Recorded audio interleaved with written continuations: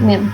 Bueno, nosotros somos miembros del Observatorio Universitario de Terrorismo, parte del Departamento de Defensa y Seguridad del COFEI y del IRI de la Universidad Nacional de La Plata. Somos un grupo formado a iniciativa de la licenciada en Comunicación Social, Petrino Jessica, y Craybon Patricia, historiadora con magíster en Relaciones Internacionales, especializada en terrorismo. Quienes llevamos a cabo esta entrevista somos miembros del área de recolección de datos del continente africano, Ledesma María Solana, Nota Ana Sofía, nuestra coordinadora es Cadena Nazarena y quien les habla Juárez María Micael. Nuestro invitado de hoy es el historiador africanista, Omer Freisa, quien es licenciado y profesor en Historia por la Universidad de Buenos Aires, magíster en Diversidad Cultural y especialista en estudios afroamericanos por la Universidad Nacional de 3 de Febrero, quien escribe y divulga contenido académico sobre África y las relaciones que este continente tendría con Argentina y los países de la región, colabora y colaboró con varios medios gráficos y digitales para los que trabajó en notas e investigaciones, vinculadas tanto a las temáticas afro como a cuestiones de coyuntura política y temas de agenda global. Los tópicos a tratar son esclavitud y colonialismo, abordado por Sofía Nota, la cuestión étnica en África, abordada por Solana Ledesma, y por último, el continente africano y sus relaciones con Argentina, abordado por Nazarena Estrada. Antes de comenzar, avisamos que la ventana de comentarios va a estar disponible durante todo el encuentro para aquellos que quieran depositar alguna pregunta o duda, participen, están todos invitados.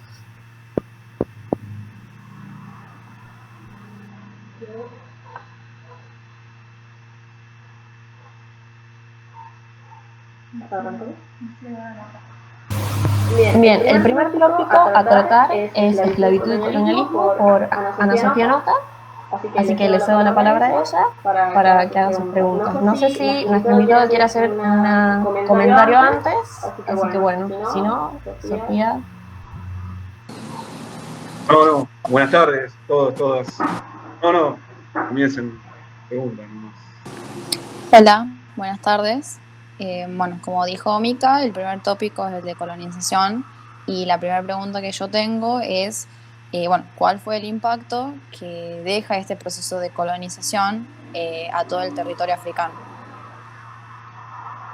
El impacto de la colonización de África fue profundo y contrasta sin embargo, con la poca extensión en el tiempo que tuvo el proceso, si comparamos la linealidad de la historia africana que se remonta a los mismos inicios de la humanidad.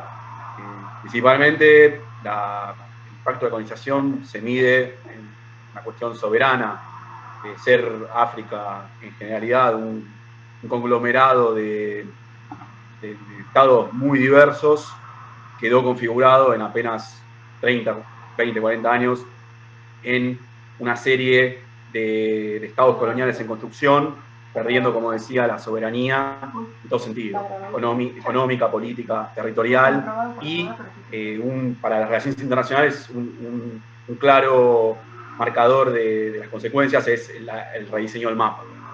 Si uno mide los cambios territoriales en lo visible, la sorpresa que se lleva es ver un continente sumamente dividido a nivel político-territorial, en unidades que no tienen nada que ver, territoriales, políticas, no tienen nada que ver con lo que uno mide con la vara occidental, a un conglomerado de unos pocos estados, unidades territoriales coloniales, que de ahí vienen los estados actuales a partir del proceso de independencia que, grosso modo, se ubica a partir de 1960. No es fácil generalizar porque es un proceso y abarca varios estados, pero sí podemos pensar que para el principio del siglo XIX la diversidad de estados era gigantesca. Hablamos de miles de entidades políticas, sin exagerar, cientos de entidades políticas, sin exagerar. Con la llegada del colonialismo, el Congreso de Berlín, que es el parteaguas que delimita el inicio del colonialismo, y a partir de ahí el reparto del terreno visitado por no más de una decena de naciones, de las metrópolis europeas. A partir de ahí se configura un mapa mucho más reducido en cuanto a la vastedad de las nuevas divisiones. Y al final de todo, llegando al presente, unas 50 nuevas unidades políticas que son los estados actuales, 55, según criterio de la Unión Africana. O sea, de la diversidad total de un continente cerrando, ¿no? El aspecto político, por priorizar, pero no quiero decir con eso que sea el único. O sea, pero es muy visible a nivel de relaciones internacionales la situación, un mapa antes y después. O sea, de miles de unidades a apenas 50, o sea, 55. Es bastante notoria la diferencia y con la marcado retroceso en la soberanía africana y después del colonialismo, el neocolonialismo.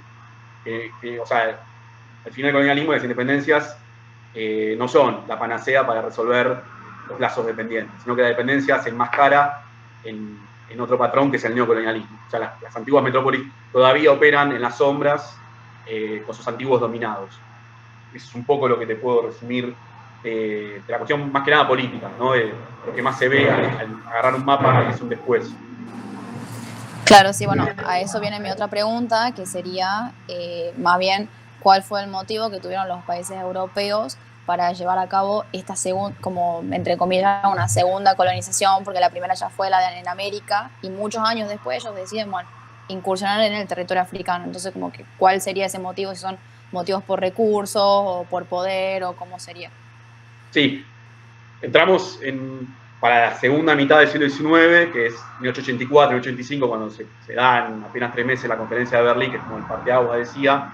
Estamos en una nueva fase, lo que Lenin definió como el imperialismo, fase superior del capitalismo, y hay una competencia más aguda por los recursos, por las necesidades de una segunda revolución industrial que llevan al reparto no solo de África, sino de muchas regiones del planeta que aún no tenían dueño. Para 1900, propio Lenin dice en el ensayo que ya no quedaban territorios libres. O sea, había territorios independientes, semicolonias y colonias, pero no podía haber ningún territorio libre. Lo que iba a pasar a partir de ahí es el cambio de mano de los territorios ya previamente ocupados hacía poco tiempo o no. Pero es verdad, como decís vos, que hay una primera colonización que es la ibérica, que es la conquista de América, el mal llamado descubrimiento, bueno, fue una cuestión ahí. Y una segunda ocupación es la avanzada del imperialismo a fines del 19, por la cual incluso casi China sucumbe al poder de estas mismas metrópolis que se repartieron como si fueran propias, sin participación africana, África como un tablero, en el Congreso de Berlín. Un poco pasa por ahí. Y bueno, ya la última en este tema sería más o menos, bueno, sí, como hoy en día sabemos, hay muchos conflictos en África, ya sean étnicos, territoriales, por recursos, entonces como que quería saber, o sea, si este proceso de colonización, digamos, fue como el culpable de que se lleven a cabo hoy en día todos estos problemas, o bien si es una cuestión aparte en sí, a todo. No, el colonialismo dejó huellas perceptibles. Sin embargo, el tema del mapa, de las fronteras, en líneas generales se ha respetado bastante la divisoria preexistente.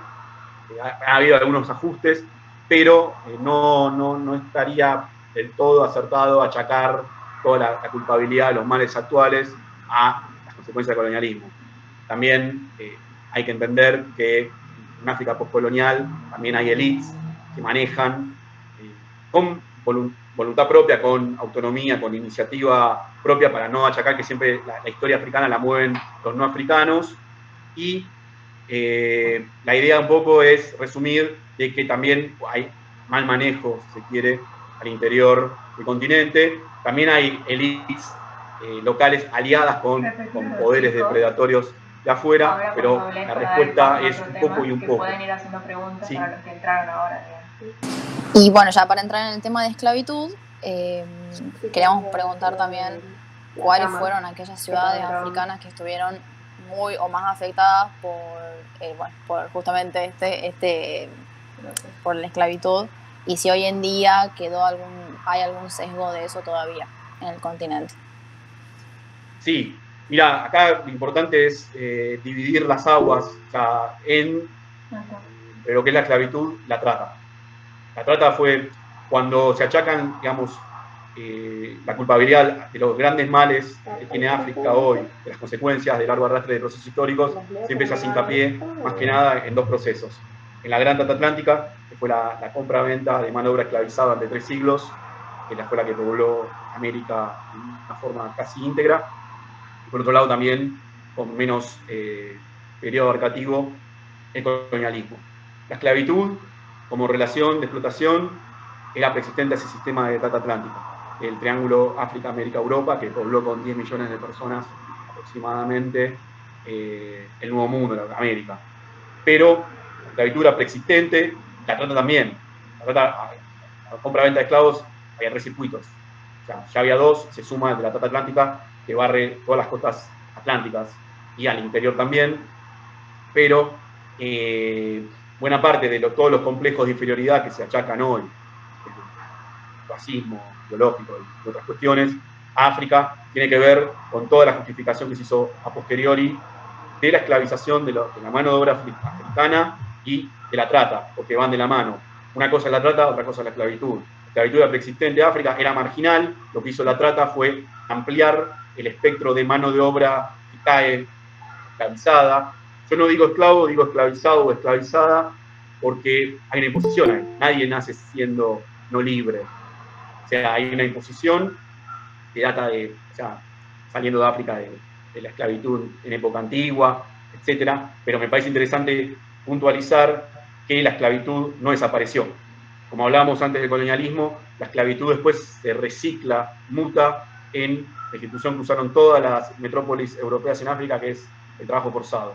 El trabajo forzado es una nueva cara, un lavado de maquillaje, un nuevo lavado de cara de una institución de antaño que fue explotada en diversos grados de acuerdo a las regiones de África, que fue la esclavitud. Entonces la esclavitud se recicla y pervive en el trabajo forzado que las metrópolis toleraron, o sea, fomentaron mucho tiempo. Por otro lado también, la esclavitud no está acabada hoy. Esclavitud, lo que llamamos esclavitud moderna, hay unas 38 o 40 millones de personas atrapadas por este mal, este flagelo en todo el mundo. Pero, por ejemplo, un dato interesante es que Mauritania, país de África Occidental, recién abolió la esclavitud en 1981. O sea, Sudán anduvo por ahí. O sea, y que en Mauritania, por ejemplo, está naturalizado, hago comillas, la idea de que hay un grupo que esclaviza al otro y que eso está bien visto. Que incluso los luchadores por la abolición de la esclavitud son perseguidos, son condenados por la élite local a arrestos frecuentes, penas de prisión, ¿sí? Entonces, al tratar la esclavitud cerrando, la pregunta es plantear por un lado la trata, la esclavitud son dos carriles distintos, aunque obviamente hay puntos de unión, pero por ejemplo cuando Dinamarca es la primera nación que abole la trata, abole la compra-venta de mano de obra esclavizada, lo hace en 1803, como pionera, después sí Inglaterra es muy importante, Gran Bretaña porque era la más importante en cuanto a volumen de tráfico, y con ese tráfico, con las ganancias de tráfico, se construyó medio país. No quiero exagerar, pero buena parte de la revolución industrial estuvo financiada, entre otros recursos, con ganancias extraídas de la explotación de la mano de obra llevada a la fuerza de África a América. Entonces, volviendo un poco al principio de la pregunta, la esclavitud no es un invento occidental, no es una imposición foránea en África, sino que tenía raíces africanas, pero sí es verdad que la participación europea, junto a los socios africanos, la incrementó. Y despojó a África, por eso decía, vuelvo, dos grandes males de la historia africana, podemos llamar la trata atlántica por un lado, que le valió al continente, por lo menos, dicen los máximos estimativos, 80 millones de personas en apenas menos de 4 siglos, es muchísimo, y el colonialismo. Entonces, a lo que voy es que la trata fue el principal negocio por siglos, en los cuales también hubo connivencia africana, porque si no es como que es maniqueo, los europeos son los malos, los africanos son los buenos, que fueron las víctimas. No, también hubo connivencia, hubo élites encargadas de capturar en todo el litoral atlántico y para el interior a otros africanos durante siglos. Entonces, la esclavitud alimenta la trata, pero la esclavitud tiene un desarrollo aparte.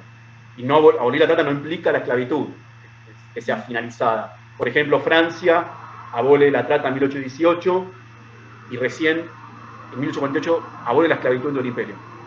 Inglaterra hace lo mismo antes. En 1807 abole la trata, y entre 1833 y 1834, de hecho, abole la esclavitud. Lo cual no implica que se cumpla. Como, echa la ley, echa la trampa, dice. Buenísimo. Sí, está buena esa distinción entre trata y esclavitud, porque muchas veces uno por ahí tiende a mezclar las dos cosas juntas y no se da cuenta, entonces está bueno. Sí. Bueno, yo creo que ya estamos con el tópico para que pasen al otro. Claro, genial, gracias. Gracias a usted por las respuestas. No, por favor. Bien. El siguiente tópico es cuestión étnica en África, abordado por Solana Ledesma. Antes que nada, queremos recordarle que esta charla está siendo grabada para que queden todos comunicados y que aquellos que quieran depositar algún comentario o pregunta, está abierto el chat para ser leído en su momento. Ahora sí, le paso la palabra a mi compañera Solana Ledesma. Buenas tardes.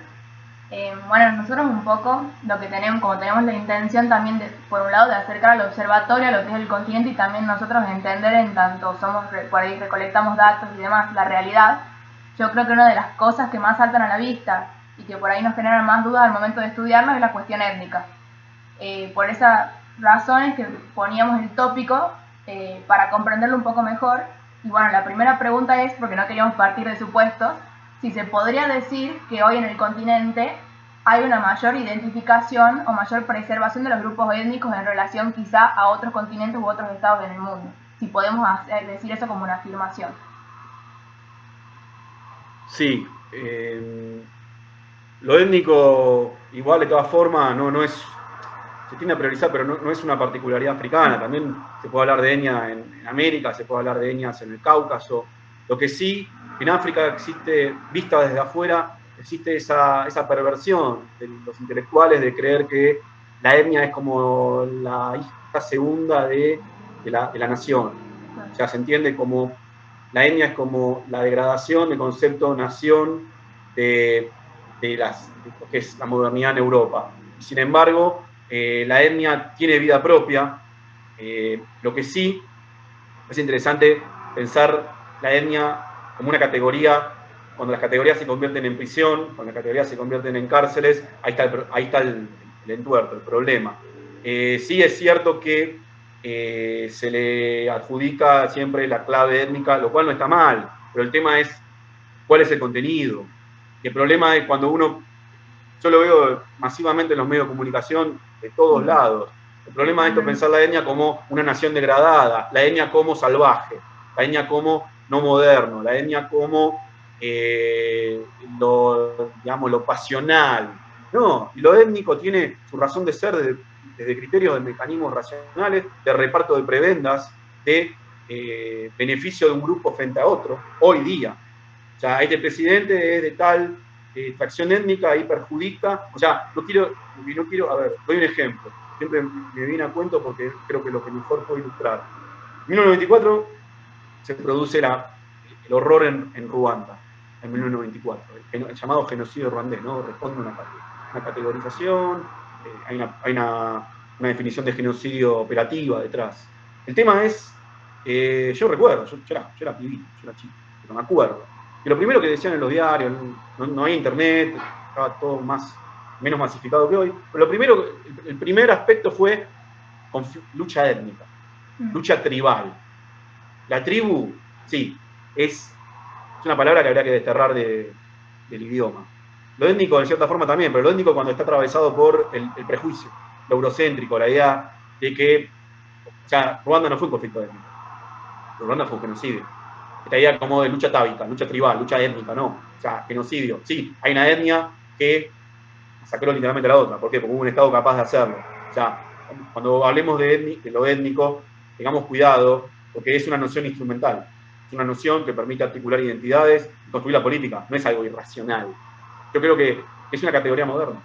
Lo que sí es interesante, cómo las categorías son maleables. O sea, lo étnico no lo inventaron los europeos cuando llegaron, pero sí es verdad que lo étnico se apropia desde el poder para construir la realidad. y esta idea de, bueno, vos sos así, sos de tal grupo, vos sos asá, vos sos otro tal grupo. Me parece interesante porque cuando te hablan de lo étnico uno ya relativiza como el estereotipo de África como el salvajismo, lo primitivo, la idea de que no pueden llegar a un estado político, siempre están como en un grado prepolítico. No es así. Lo étnico funciona en clave política, en clave de una política moderna como en cualquier lado del mundo. O sea, yo creo que hay que desesencializarlo, descolonizarlo, pensar lo étnico como una categoría flexible y aplicada al uso nuestro para interpretar las situaciones actuales, la política africana. ¿Sí? Y, perdón, lo último, desterrar la idea de raza. Totalmente. Estamos todos de acuerdo que no hay razas, pero hay racismo. O sea, y lo étnico también entra en ese juego de la discriminación y de los étnico como lo primitivo, bueno, vuelvo al principio, lo salvaje, etc. Siempre cuando hay palo étnico, se está cosiendo algo por debajo. Una rivalidad por un cargo, una rivalidad por recursos naturales de diversa laya. Bien. No sé si con esto respondo, Solana. Sí, totalmente. Yo, en realidad, nuestra idea creo que era un poco romper con los mitos que hay sobre el continente y atenernos más bien a la realidad de hoy, a la realidad histórica, a la realidad que hoy vive como continentes y como estados. Y bueno, me parece que viene muy bien al tema. Y en relación a esto, bueno, un poco usted tocó el tema de los medios de comunicación. A nosotros nos cuesta muchísimo cuando buscamos información alejarnos de lo que es la mirada eurocéntrica y ver verdaderamente qué es lo que está pasando ahí. Y bueno, un tema que suelen tocar mucho los medios es el tema de la inestabilidad. Y hablan de los estados africanos inestables, estos estados africanos no consolidados. ¿Qué tan real es eso? ¿Es verdad que no están consolidados o si lo están y en realidad hay ejemplos claros de estados que sí alcanzaron cierta consolidación, digamos, en el continente? No, mira, lo voy a decir a lo brusco. Hay una suerte de enfoque más media del periodismo en general de meter todo en la misma bolsa de gato. O sea, ¿África qué es? Hay dos clichés. Los dos son negativos. Uno por ahí un poco mejor que el otro, pero el primero es la visión catastrofista, la idea de que África es todo conflicto, pasto de tiranías, de autocracia que se prolongan en el tiempo, o hambre, pobreza, kwashiorkor, niños con la barriga inflamada de no comer por mucho tiempo, etc. El otro cliché es el ingenuo, el naif, el exotista, la idea de los paisajes, National Geographic, etc. Me parece interesante que los dos clichés fallan a la verdad, porque de hecho hay democracias consolidadas, como en cualquier lugar del mundo, como en Argentina, más allá de los problemas de turno, lo que es fuera, pero sí, África no es todo. Bueno, la idea de subsumir África a un país. Yo escribo en un blog que se llama África no es un país, es de diario del País de Madrid. Justamente se eligió esa frase para, como decís vos, para desmitificar, para romper la idea de que no es un país unificado por lo mismo. ¿Por qué? Porque pasa todo lo malo. Es la imagen que se construye. Sí, de hecho son pequeños, pero los hay, cosa que contraría el sentido común. Países que no han tenido golpes de Estado o alguna que otra interferencia. Hay democracias con problemas como cualquier lado del mundo. Argentina es un ejemplo de democracia con cualquier cantidad de falencia, de problemas, con cualquier otra latitud del mundo. Pero me parece interesante remarcar que hay una diversidad, son más de 50 estados, 54, 55, depende del criterio. Hay un país no reconocido, Somaliland, no reconocido por la comunidad internacional. Me parece interesante remarcar que, obviamente, como en cualquier lugar del mundo, y más con la diversidad política, es imposible no encontrar democracias a gobiernos que, caso de Uganda, 1986, gobierna la misma persona, Guinea Ecuatorial, antigua colonia española, el único país de habla oficial de España de África subsahariana, gobierna Obiang Nguema hace 42 años van a ser. Eso sí, bueno, son los ejemplos más extremos de esta idea de pensar África como igual a autocracia, tiranías. Pero, sin embargo, hay Senegal ni de golpe de Estado. O sea, ha tenido algunos problemas, pero no ha tenido dictaduras longevas como Nigeria, que ha tenido por lo menos 5 épocas dictatoriales, no ahora. Pero justamente el que gobierna Nigeria ahora era un antiguo militar, en la década del 80, que formó parte del gobierno, fue gobernante. No sé si te respondo esta idea de la diversidad, que es elemental para romper el sentido común, la idea de África como un país, igual, no, todo malo. Es una única cosa, una entidad ahí media indefinida, media ambigua, en la que sí sabemos que llegan siempre noticias malas, ¿no? Hay cosas buenas. Y si usted tuviera que resumir, sin ánimo quizá de unificar todo el continente, pero sí quizá pensando en que, por ejemplo, en tanto estados latinoamericanos nosotros solemos tener determinados retos en tanto estados, ¿qué retos diría usted que enfrentan hoy los estados africanos? Así como mayores dificultades. Sí, bueno, es verdad que África tiene una buena parte de un grupo de países africanos son los que enfrentan los mayores índices de pobreza, de desarrollo, falta de oportunidades. De hecho, no es Sudáfrica, pero Sudáfrica es uno de los 5 países más inequitativos, más desiguales del mundo. Un reto es justamente la superación de la falta de desarrollo, lo que podemos llamar la pobreza. Otro gran reto es la unidad continental. Estamos en eso. Creo que ahí en el chat vi una pregunta sobre la unidad, o sobre la relación de la unidad americana con los puentes con Latinoamérica. Bueno, después podemos ampliar, pero me parece importante afianzar los lazos de unidad, que no es fácil porque es una realidad más diversa, muy diversa. En el continente, es el segundo continente más grande en territorio del mundo.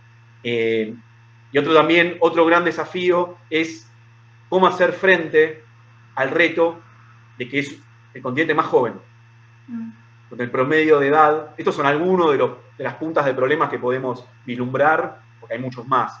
La pobreza, la falta de desarrollo. El otro es el tema de la edad. Es una virtud que en suma el continente presente los países con el promedio de población más joven del mundo. Pero también es una bomba de tiempo, que se le puede poner en contra. Y hay muchos programas de incentivo de desarrollo para superar las falencias estructurales que hacen otro gran problema, que gran parte de la población migre y termina ahogada en el Mediterráneo. O camino a las Canarias, otro problema, etcétera. En el estrecho de Gibraltar, a la zona que une África con Europa, ¿no? El punto norte. Por eso, por un lado, el tema de la pobreza. También, bueno, la pobreza, el promedio de edad, que puede ser bueno o malo, depende del criterio, pero por lo menos también el tema del terrorismo, que afecta más al Sahel. La aparición de Boko Haram. Yo creo que Silvia Perazo, no sé si les habló de esto ya, pero bueno, para no pisarle el terreno a ella, el terrorismo es otro gran problema, pero ¿de dónde parte? De la falta de oportunidades. Gente que se ve desplazada del circuito económico que termina en esas actividades, reclutada por grupos integristas. El Shabab en Somalia, Boko Haram en Nigeria, etc. Esos son algunos de los problemas que puedo así puntualizar. Resumo, la pobreza, el tema del desarrollo, el promedio de edad, que puede ser una bomba de tiempo, las migraciones, la falta de unidad tal vez, o la cooperación en torno a una mayor unidad continental el día de mañana, están en eso, y el terrorismo. Y hay más igual, pero me quedo acá porque si no los abrumo demasiado, me parece. Muchísimas gracias, yo creo que quedó súper claro. Yo con esto ya creo que estoy para el tópico que me correspondía. Podríamos dar paso al tercer tópico.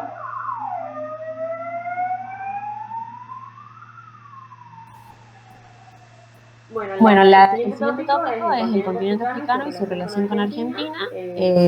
Lo dará nuestra compañera, Nazarena Estrada, coordinadora del grupo. Así que bueno, le cedo la palabra.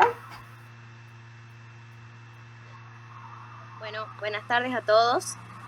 Creería que antes de empezar con el tema de las relaciones de Argentina con los países africanos, estaría bueno leer un poco las preguntas del chat para que no se pierdan.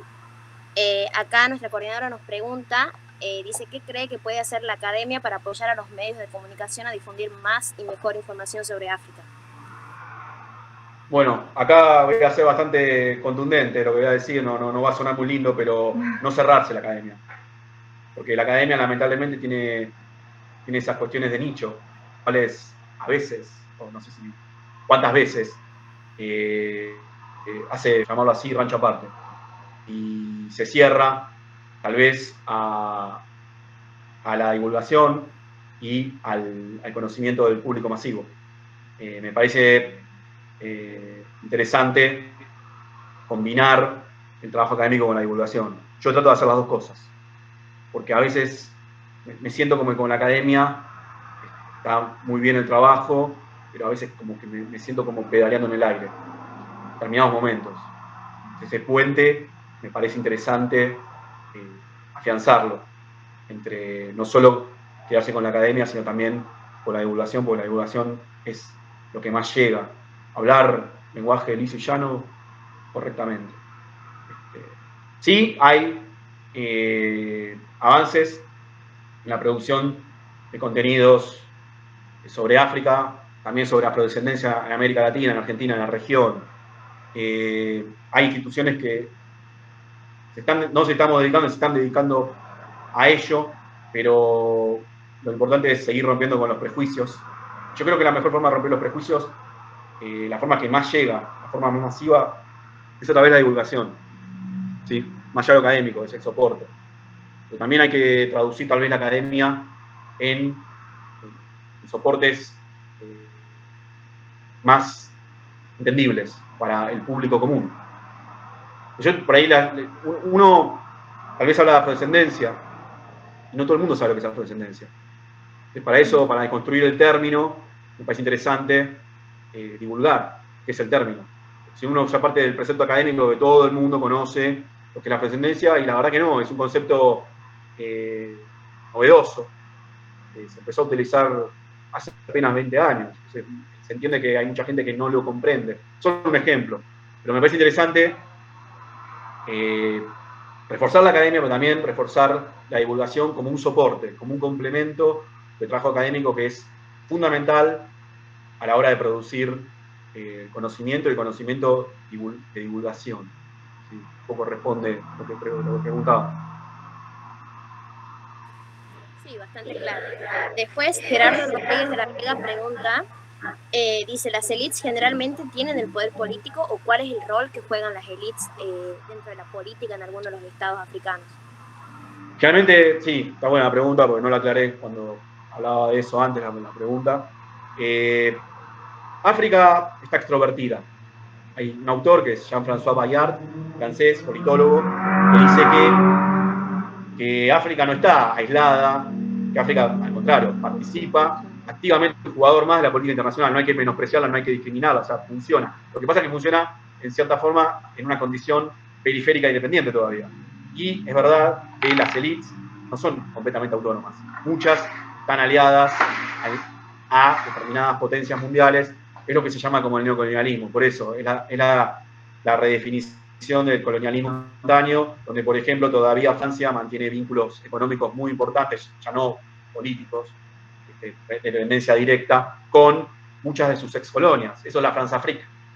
La France-Afrique es muy criticada, porque es la forma que todavía Francia pone su mano en África. Y de hecho, un dato más importante, hay 14 países africanos que fueron antiguas colonias francesas, cuyo dinero es emitido en Francia, impreso en Francia. Es el franco CFA. Por eso. Y esas élites están codo a codo, trabajando con Macron, digamos, con los mandos franceses. Estados Unidos también es otro gran actor y fundamentalmente desde los últimos China. El peso de China, y hay élites que están compradas por China. Angola, Sudán. Después hay una pregunta sobre la unidad africana. Perdón, me adelanto. La Unión Africana, que es el órgano, el principal cuerpo de integración continental por el momento, el cuartel general está en Addis Ababa, que es la capital etíope. Lo construyeron los chinos. Lo financiaron y lo construyeron los chinos. Digo, es un ejemplo. Es interesante porque las élites no tienen margen completo 100% de autonomía. Están muchas veces guiados y condicionadas esas élites por injerencias externas. Llámense multinacionales o llámense estados, digamos, los principales actores. Estados Unidos, las antiguas metrópolis, Francia, Rusia, perdón, no Rusia no, Francia, Inglaterra, España, Portugal, y esas personas de las élites están incluso multiimplantadas en las antiguas metrópolis. De hecho, la mujer más rica de África es Isabel dos Santos, que es la hija del antiguo presidente que estuvo como casi 40 años en el poder. Tiene acciones en compañías de Lisboa, de la capital de la antigua metrópoli, que era Portugal. ¿Entiendes? Entonces hay una imbricación entre estas élites y jugadores externos al continente mismo, a los países africanos. Creo que por ahí tiene que pasar la respuesta para entender que África no está aislada, no está marginada del mundo, está integrado, pero en su tónica. Perfecto, bastante claro. Creo que ya quedó un poco claro sobre la influencia extranjera en la región, así que si te parece vamos sobre la relación de Argentina con algunos países africanos o su relación con el continente. Sí, hay bastantes progresos hechos, sobre todo desde la salida de la última dictadura cívico-militar, 76-83. Todavía falta relacionamiento. Bueno, el marco de la pandemia COVID-19 ha truncado todos los esfuerzos diplomáticos para reforzar lazos. Pero es interesante a nivel diplomático que ustedes piensen en el mapa de lo que son las embajadas y los consulados en África. La verdad que hay pocas relaciones. Hay apenas 7 cabeceras entre consulados y embajadas para 54 países, 55, dependiendo del criterio, pero es muy poco. Sí ha habido relaciones particularmente intensas con Sudáfrica, y también desde la década del 80, o sea, desde la salida de la dictadura, ha habido cooperación con la delicada situación sudafricana que está marcada por la historia de la apartheid. Digamos, aquí en Argentina, por fuera, digamos, del plano estatal, hubo un comité de solidaridad anti-apartheid. O sea, quiero decir que con Sudáfrica hay como un paréntesis, que es el país con más relación con Argentina. ¿Se trabó nosotros o se trabó?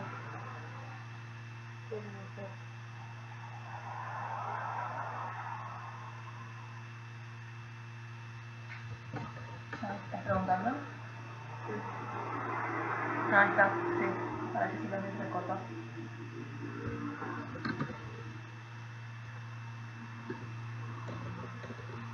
¿Comer? Creo que Por se hacer... cortó la transmisión. Justo cuando hablábamos de Sudáfrica se cortó un poco. Ah, perdón. No, le decía, Sudáfrica-Argentina ha construido una bilateralidad bastante excepcional, a diferencia de lo que son los otros estados con los cuales Argentina tiene relación, aunque sería no tiene relaciones diplomáticas. De hecho, si uno... me acuerdo del caso de argentino viviendo en Tanzania que se enfermó de COVID. Tuvo que trasladarse hasta la embajada más cercana, que estaba como a 500, más 1000 kilómetros, a Nairobi, Kenia, que ahí sí hay embajada. Digo, es un problema sí, eso, ¿no? veíamos eso, que la Cancillería supuestamente tiene representación en 49 países, pero yo cliqueaba y eran solamente 7 embajadas. Exactamente, porque para el Sahel solo tiene Nigeria. Entonces, claro. si vos de cualquier otro país te tenés que dirigir a Nigeria. Exactamente, son los concurrentes. Claro. O sea, el núcleo es ese y hay un radio de países cercanos, pero el problema es si vos sos argentino, estás ahí, tenés un problema en un país que no tiene la sede, tenés que viajar miles de kilómetros a la sede más próxima. Lo mismo le pasa a los senegaleses acá. Acá Senegal no tiene representación. O sea, lo más cercano es viajar a Río. Claro. Brasil. Esa es una de las preguntas que tenemos acá, justo que vos tocaste el tema. Nosotros sabemos que durante el 2014 se firma un memorándum, Timerman firma un memorándum con Senegal acerca de la problemática de la creciente inmigración y de las problemáticas que vivía, pero como que quedó en la nada. Entonces la pregunta es, ¿cree que se le da la importancia debida a la creciente inmigración? Y si se atienden las problemáticas que vive sobre todo la población senegalesa en la parte de Buenos Aires y del resto del país.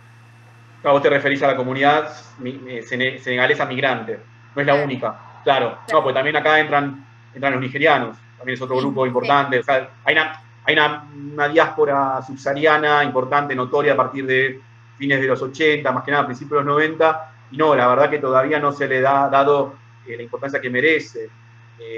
Lamentablemente todo el tiempo hay noticias de corrida de mantero, de desalojo, importación de mercancía.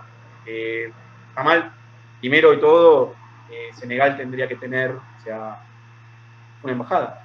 Claro. Yo estoy en un grupo de senegaleses en la cual todo el tiempo están, ¿cómo hago para tramitar la residencia, para cobrar los seguros ahora? Porque esta gente en muchos casos no tiene ni siquiera una identidad, un documento para tratar de salvar lo más urgente, que es comer, sobrevivir.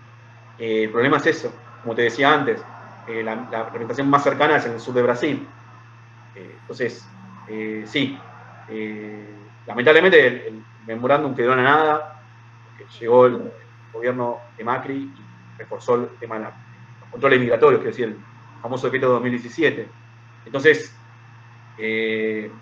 ante todo, no es el mejor momento, pero sí tendría que haber un puente diplomático más labrado. Porque, como te digo, cualquier senegalés tiene un problema acá, lo más cercano está a cientos de kilómetros, para resolver una cuestión de estadía, de permanencia diplomática. Y por otro lado, también, de todas formas, quiero decir con eso que toda la situación del colectivo migrante senegalés es mala.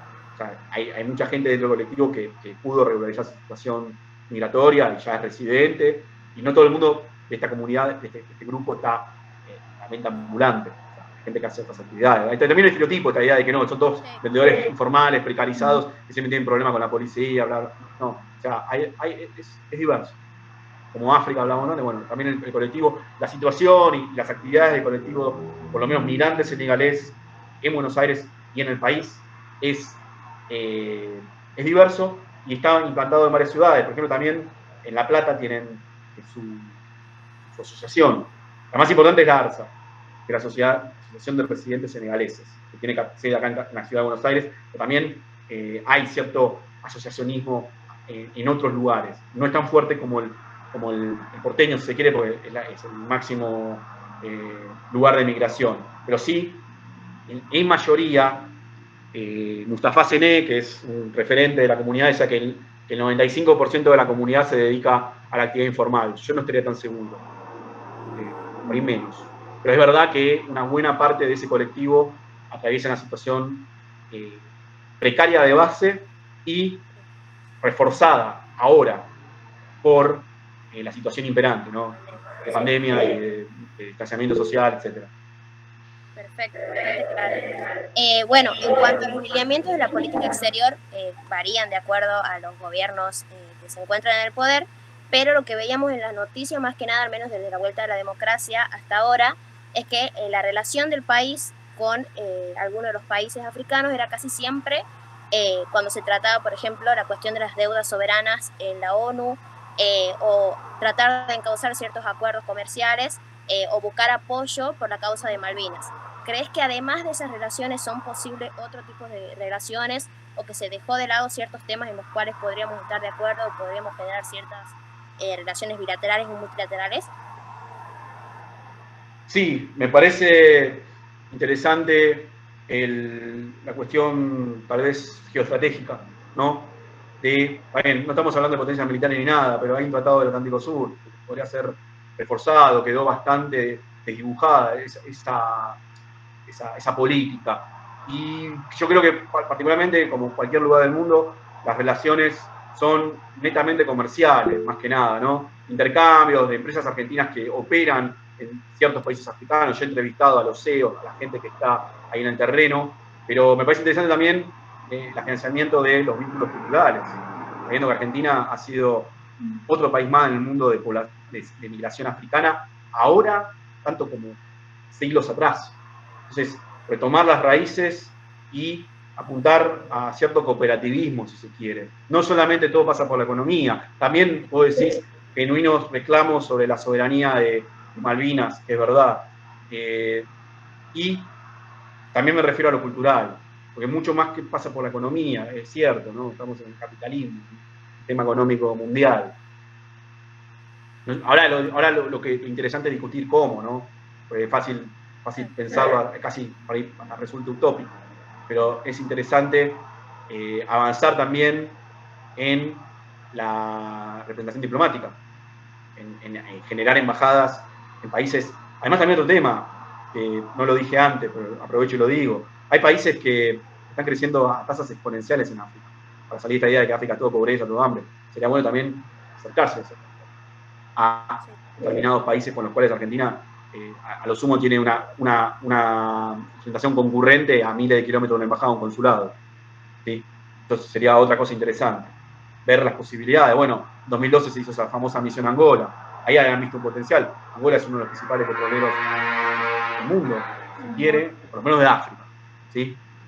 Por eso, bueno, fue la misión, más allá de las críticas, toda la cuestión política de fondo, ¿no? Pero fue interesante porque hay un desarrollo ahí. Angola está creciendo con los problemas de base, sale de un proceso político muy complejo, pero es interesante tender puentes con países en los cuales se puede aprovechar ciertas potencialidades económicas y también, bueno, desde un punto de vista cultural.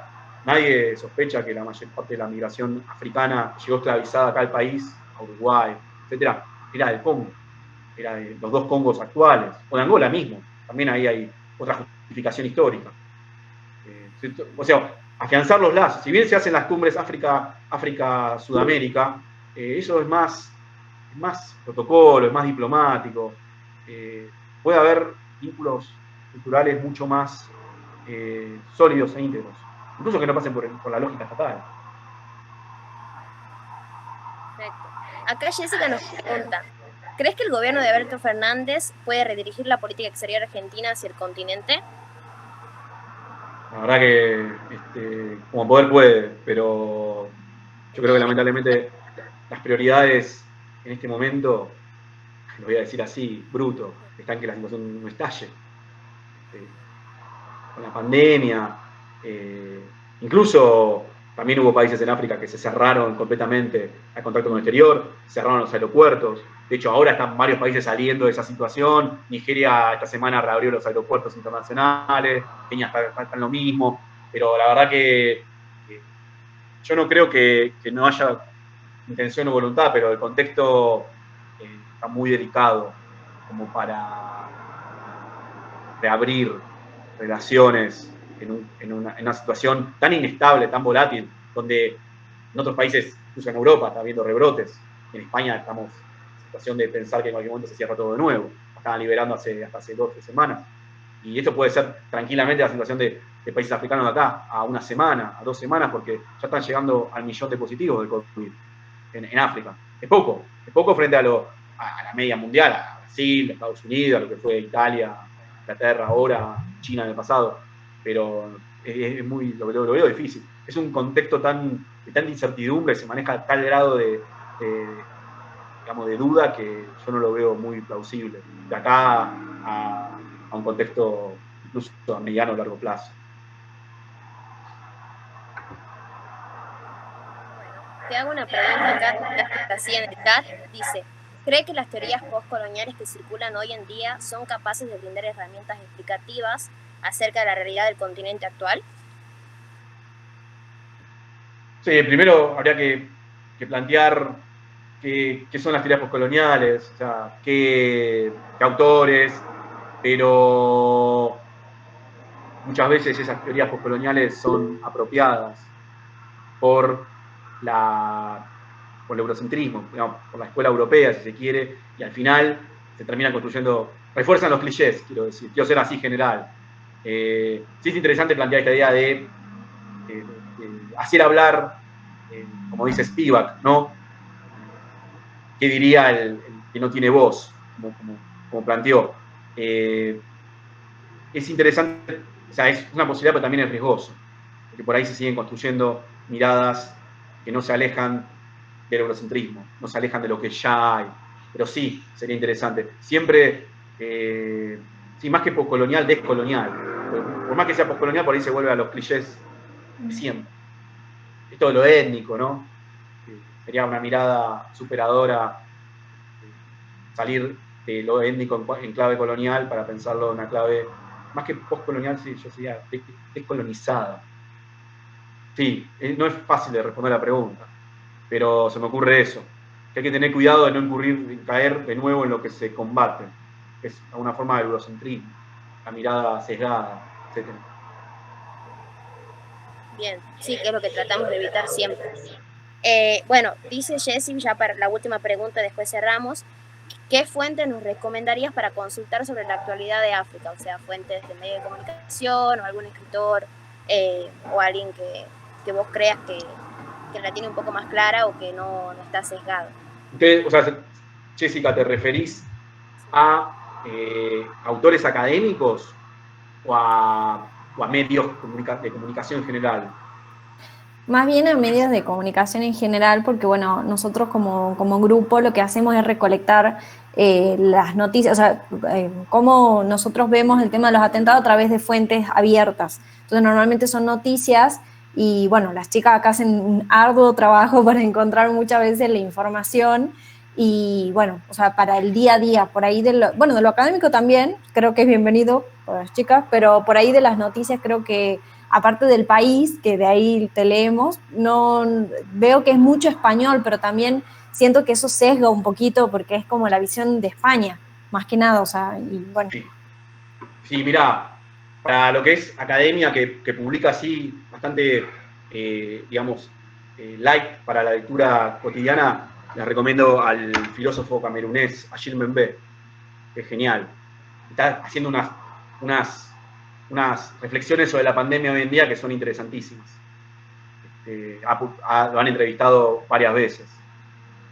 Incluso se ha traducido a castellano en varias de las entrevistas.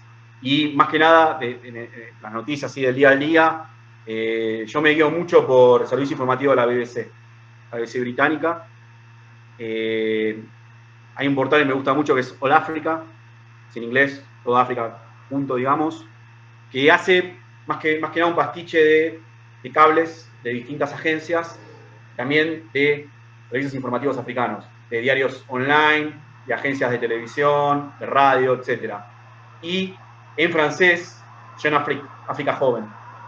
Es un diario ya con varias décadas de existencia, que es muy bueno, pero sí está más centrado en las noticias en todo lo que es el África francófona, en los países de lo que fue el área colonial francesa.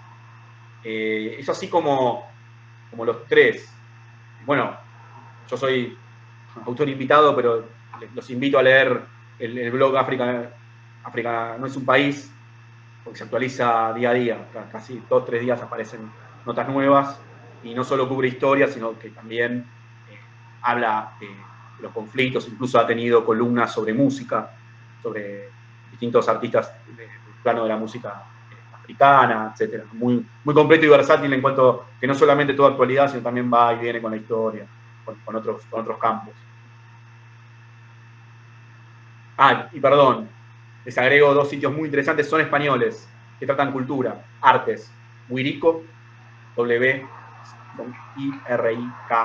Wirico, y Afribuku.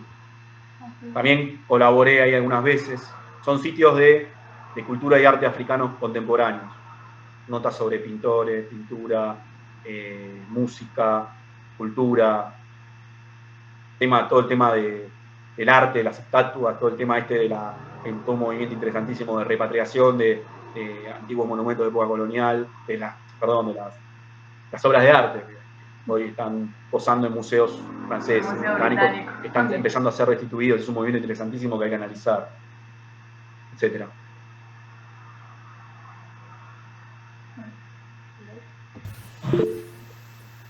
Muchísimas gracias. Bueno, por nuestra parte, eso es todo. Muchísimas gracias por la charla. Gracias a nuestra coordinadora de observatorio que nos permitió también llevar a cabo esto. Y bueno, muchas gracias al equipo que nos pusimos a buscar preguntas de los lugares donde pudimos, ya sacando la formalidad de lado y siendo un poco más informal, de que, como usted dice, en África no conseguimos mucha información más allá de países que no sean de los que no se hable, como Nigeria. Hay casos como República Centroafricana, donde no conseguimos casi nada de información, está en francés, inglés y en sitios muy recónditos que tampoco sabes si es verificable o buena la data, así que ha sido muy retroactivo, ha sido muy bueno para ir más allá de lo que nosotros vemos en sí, que es el terrorismo en el continente. Así que bueno, eso es por nuestra parte. No sé si nuestra coordinadora tiene alguna valoración para hacer. Ambas coordinadoras. Bueno, no, si NASA me permite solamente agradecerte de vuelta, Homer, por esta posibilidad.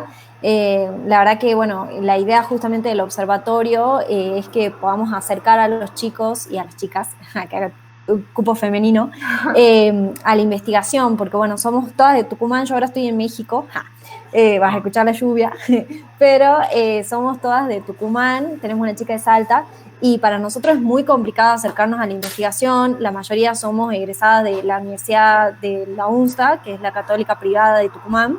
Entonces también al ser privada tenemos menos investigación todavía. Entonces es como muy complicado poder para nosotros hacer una carrera académica. Entonces la idea un poco del observatorio, más allá del tema de que es un poco nuestra profesora, que es Patricia Craven, es como especialista en ese tema y es su tema y como que lo hemos seguido porque ella es como muy magnética para que nosotros nos copemos con eso. En realidad lo que queremos es como que sea más amplio, o sea, que los chicos puedan tener herramientas más allá del terrorismo y que sean herramientas transversales.